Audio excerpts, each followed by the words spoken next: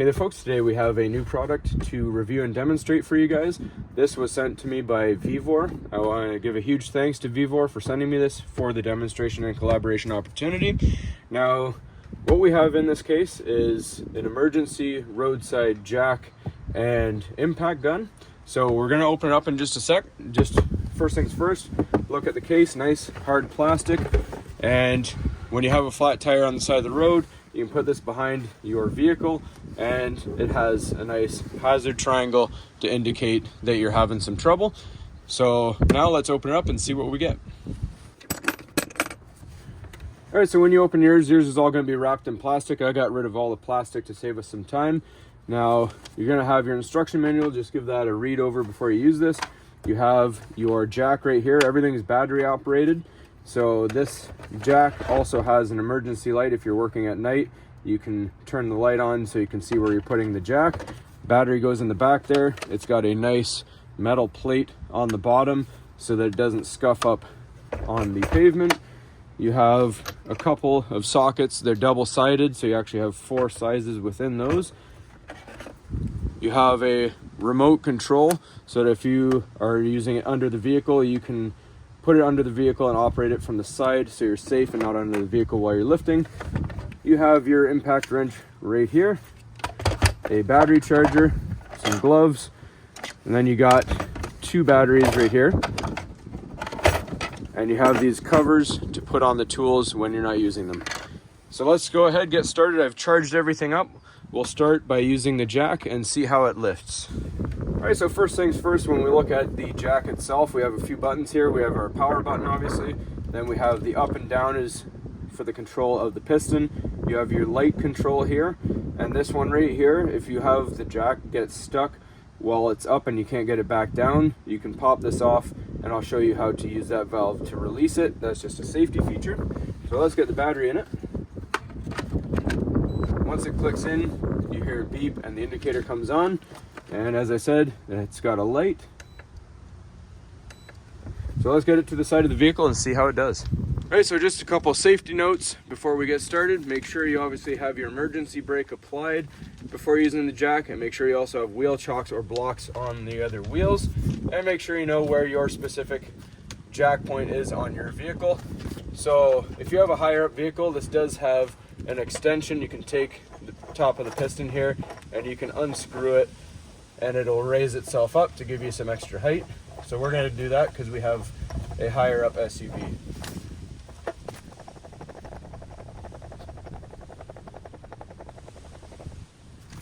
And then you'll see there's a cross shape on here. You want to get your pinch weld within the cross shape on the top, line it up, and we're going to start lifting.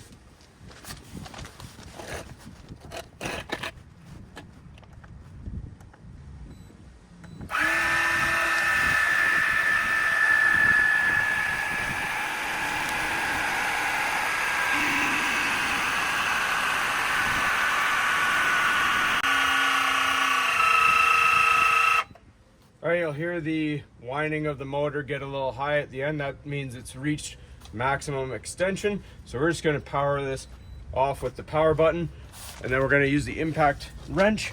As you can see, that does get the wheel fairly large gap off the ground. So that's pretty good. All right, so now here we have the impact wrench. Just like any other power tool, put the battery in until it clicks. And we have our forward and reverse on the left side. If you push it in, that is the reverse to loosen. Tighten is on this side.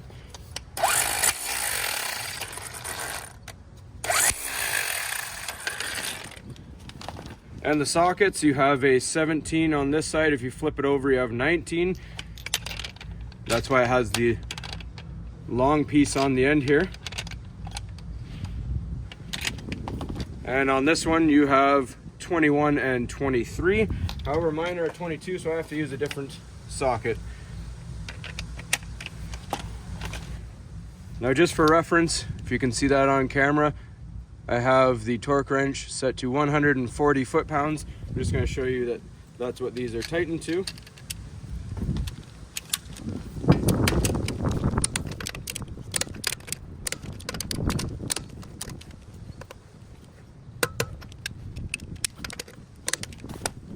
All right, so now we're going to use this to see if all the bolts can come off.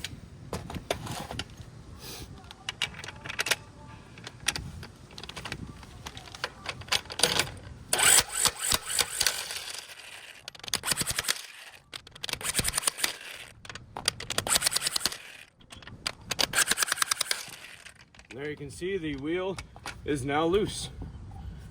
So for our sake, we're just going to put it back on.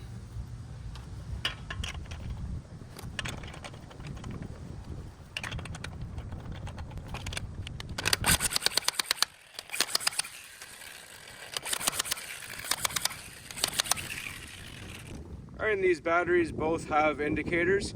So even after that, we still have full battery. So that is a good sign. Now the other thing, just make sure after you use this tool, you re-torque all of your bolts.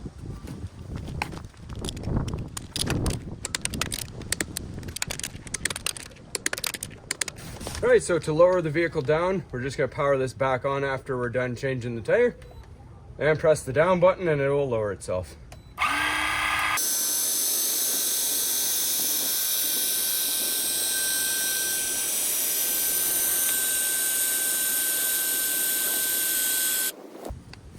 And then obviously for storage, you would just loosen the screw so it comes back down.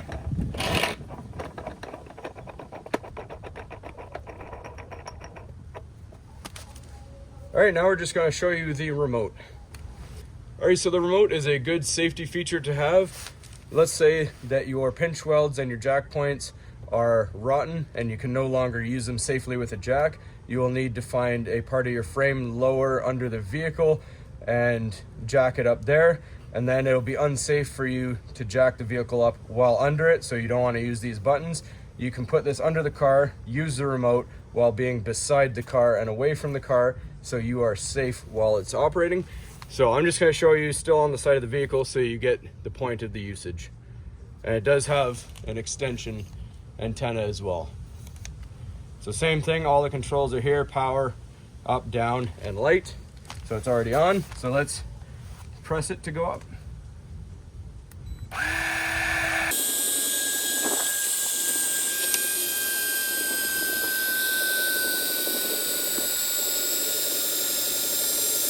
Same thing, just quickly press the down button, it'll stop where you want it. If it's gonna go too high for you and it's at the maximum that you want it, you just stop it yourself. And when you want to go down, obviously again, press your button.